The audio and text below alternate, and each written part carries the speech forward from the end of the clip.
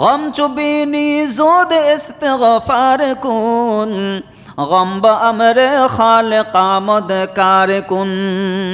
আল্লাহ রাব্বুল আলামিন বলেন, ওয়া আনিস্তাগফিরু রাব্বাকুম সুম্মা তুবু ইলাইহি ইউমাত্তিউকুম মাতাআন হাসানান ইলা আজালিম মুসাম্মা। রব্বুল আলামিন বলেন, ও বান্দা, আমি রব্বুল আলামিন ইস্তিগফারের মধ্যে তোর জন্য সুখময় জীবন রেখেছি। ও বান্দা, তোর জিন্দেগি সুখের হওয়ার জন্য যদি টাকার প্রয়োজন, আমি আল্লাহ ইস্তিগফারের মধ্যে সেটা রেখেছি। ও বান্দা, স্ত্রীর প্রয়োজন, ইস্তিগফারের মধ্যে রেখেছি। ও বান্দা, সন্তানের প্রয়োজন, আমি আল্লাহ ইস্তিগফারের মধ্যে রেখেছি। এক কথায় বান্দা, তোর জিন্দেগিটা সুন্দর হওয়ার জন্য, তোর জিন্দেগিটা সুখময় হওয়ার জন্য যত কিছুর প্রয়োজন, ও বান্দা, আমি রব্বুল আলামিন তার সব কিছু ইস্তিগফারের মধ্যে আমি আল্লাহ ঢেলে দিয়েছি। وأن استغفروا ربكم ثم توبوا إليه يمتعكم متاعا حسنا إلى أجل مسمى। ও বান্দা, তোর কি লাগবে সব কিছু আমি আল্লাহ ইস্তিগফারের মধ্যেই রেখে দিয়েছি। আল্লাহ তাআলা আমাদেরকে কয়টা জিনিস দান করেছিলেন? দুইটা। এক হলো রাসূলুল্লাহ সাল্লাল্লাহু আলাইহি ওয়াসাল্লামের সত্তা, অর্থাৎ রসুল যতদিন জীবিত আছেন, রসুল কোনো জাতির কাছে থাকলে ওই জাতির উপরে আল্লাহ তাআলা আযাব গজব দেন না। দুই নাম্বার জিনিস আল্লাহ তাআলা দিয়েছেন আমাদেরকে ইস্তিগফার। দুই নাম্বার জিনিস আমাদেরকে আল্লাহ তাআলা কি দিয়েছেন? ইস্তিগফার।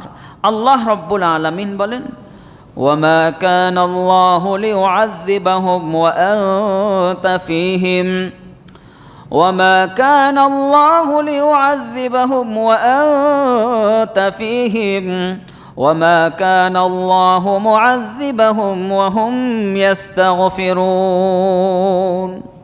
আল্লাহ রাব্বুল আলামিন বলেন, ও দুনিয়ার বান্দারা, আমি রব্বুল আলামিন দুনিয়ার জিন্দেগির মধ্যে মুসিবত থেকে বাঁচার জন্যে, আখিরাতের মুসিবত থেকে বাঁচার জন্যে আমি রব্বুল আলামিন তোমাদেরকে দুইটা জিনিস দান করলাম। এক নাম্বার, আমার হাবিব যতক্ষণ পর্যন্ত জমিনের মধ্যে আছে ততক্ষণ পর্যন্ত আমি আল্লাহ জমিনের মধ্যে আযাব দিব না। দুই নাম্বার হলো ইস্তিগফার। যেই বান্দারা, যেই জাতি, যেই বান্দা ইস্তিগফারকে আবশ্যক করে নেবে, আমি রব্বুল আলামিন ইস্তিগফারের বদৌলতে দুনিয়ার জিন্দেগির মুসিবত, আখিরাতের জিন্দেগির মুসিবত থেকে তাকে মুক্ত করে দেই। তাহলে আল্লাহ তাআলা আমাদেরকে কয়টা নিয়ামত দিয়েছেন? কয়টা নিয়ামত? দুইটা নিয়ামত দিয়েছেন। আমাদেরকে মুসিবত দিবেন, এটা কে বলেছেন? আল্লাহ তাআলা বলেছেন। আবার এই মুসিবত থেকে বাঁচার জন্য দুইটা জিনিস কে দিয়েছেন? আল্লাহ তাআলা।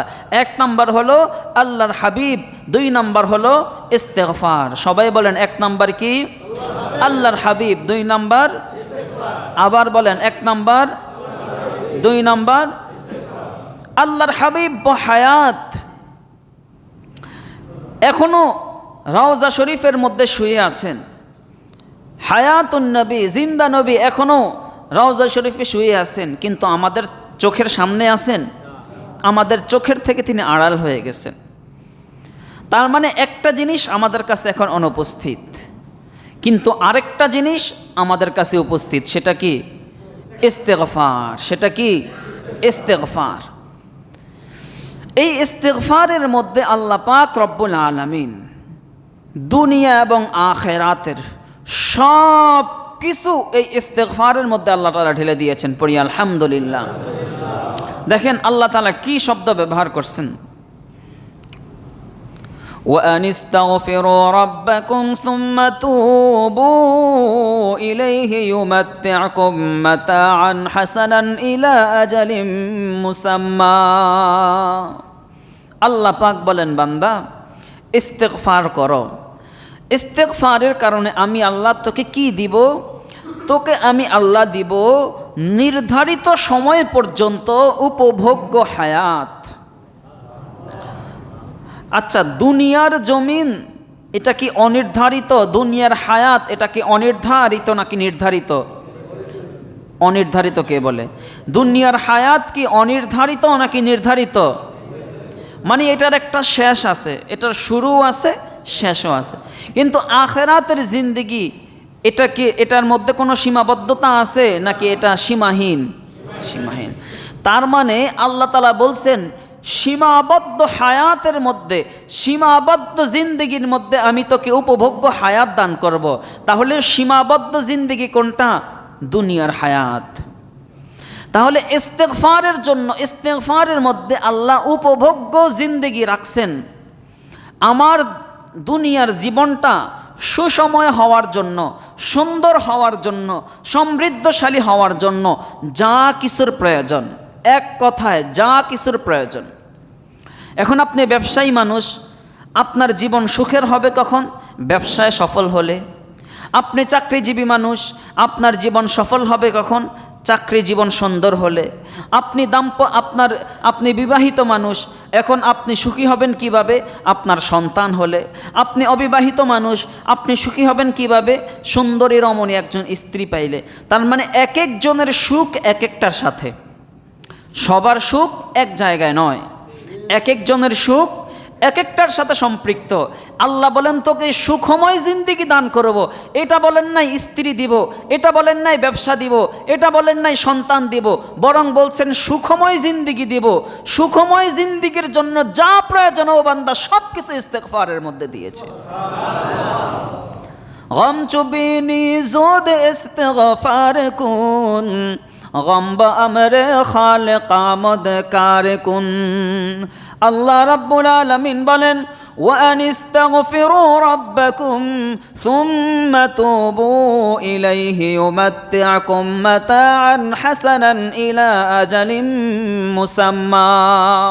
রব্বুল আলামিন বলেন ও বান্দা, আমি রব্বুল আলামিন ইস্তিগফারের মধ্যে তোর জন্য সুখময় জীবন রেখেছি। ও বান্দা, তোর জিন্দেগি সুখের হওয়ার জন্য যদি টাকার প্রয়োজন, আমি আল্লাহ ইস্তিগফারের মধ্যে সেটা রেখেছি। ও বান্দা, স্ত্রীর প্রয়োজন, ইস্তিগফারের মধ্যে রেখেছি। ও বান্দা, সন্তানের প্রয়োজন, আমি আল্লাহ ইস্তিগফারের মধ্যে রেখেছি। এক কথায় বান্দা, তোর জিন্দেগিটা সুন্দর হওয়ার জন্য, তোর জিন্দেগিটা সুখময় হওয়ার জন্য যত কিছুর প্রয়োজন, ও বান্দা, আমি রব্বুল আলামিন তার সব কিছু ইস্তিগফারের মধ্যে আমি আল্লাহ ঢেলে দিয়েছি।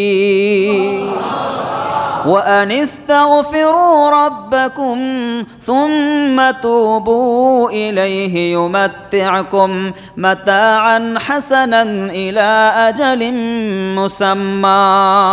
ও বান্দা, তোর কি লাগবে সব কিছু আমি আল্লাহ ইস্তিগফারের মধ্যেই রেখে দিয়েছি। এই জন্য অনেকে আমার কাছে আসে, হুজুর এটা দেন ওইটা দেন। আমি সবাইকে আমল দিয়ে দিই যে ইস্তিগফারের আমল করেন, সকালে 200 বার, বিকেলে 200 বার, বেশি পারলে আরও বেশি। অনেকে অনেক বিভিন্ন বিষয় নিয়ে আসে যে হুজুর এই সময় এটার জন্য একটা কিছু দেন, এটার জন্য একটা কিছু দেন। ইস্তিগফারের আমল করেন, কোনো কিছু লাগবে না, ইস্তিগফারের আমল করেন। ইস্তিগফার করতে করতে আল্লাহ যখন রাজি হয়ে যাবে, আল্লাহ যখন খুশি হয়ে যাবে, আল্লাহর সন্তুষ্টি যার জিন্দিগির মধ্যে চলে আসবে, তার জিন্দিগিতে নাই বলে কিছু থাকবে না। जो तू मेरा तो सब मेरा, फलक मेरा ज़मी मेरी। जो तू मेरा तो सब मेरा, फलक मेरा ज़मी मेरी। अगर एक तू न हो मेरी तो कोई शई नहीं मेरी। আল্লাহ যদি আমার হয়ে যান, এই পৃথিবী কার সৃষ্টি? এই কুল কায়নাত কার সৃষ্টি? জাহান্নাম কার সৃষ্টি? জান্নাত কার সৃষ্টি? সব কিছুই যদি আল্লাহর হয়, আমি যদি আল্লাহর হই, তো এই সব কিছু নিয়ে আমার টেনশন আছে? তু জান্নাত রা বনে কাদে ওয়ামান বদরা বদো জখবর। तू जन्नत रा बने का दे वमन बदरा बदो जखबर के बस बाशद मोरा आजा तमन्ना विसाले तू। ओ मौला, আপনি নেককারকে জান্নাত দিবেন, বদকারকে জাহান্নাম দিবেন, এটা আপনার চিরাচরিত বিধান। ও মাওলা, জান্নাত এটা তো আপনার মাখলুক, জাহান্নাম এটাও আপনার মাখলুক, আমিও আপনার মাখলুক। ও মাওলা, জান্নাতকে আপনি বানাইছেন, জাহান্নামকে আপনি বানাইছেন, অভাবকে আপনি বানাইছেন, কষ্টকে আপনি বানাইছেন, মুসিবতকে আপনি বানাইছেন। ও মাওলা, আমাকেও আপনি বানাইছেন। মাওলা, এই সব কিছু নিয়ে আমার কোনো পরোয়া নাই, আমি শুধু আপনার হতে চাই। যখন আপনার হয়ে যাব, আপনি আমার হয়ে যাবেন, এই সব কিছু নিয়ে আমার কোনো পরোয়া নাই। এই কারণে জিন্দিগির মিশন, পুরা জীবনের একটাই আমার মিশন থাকবে, পুরা জীবন জুড়ে একটাই আমার উদ্দেশ্য থাকবে, যে আমি আমার আল্লাহর হয়ে যাব। কার হয়ে যাব? কার হব? আল্লাহর যদি হয়ে যাই তো কুল কায়নাত আমার হয়ে যাবে।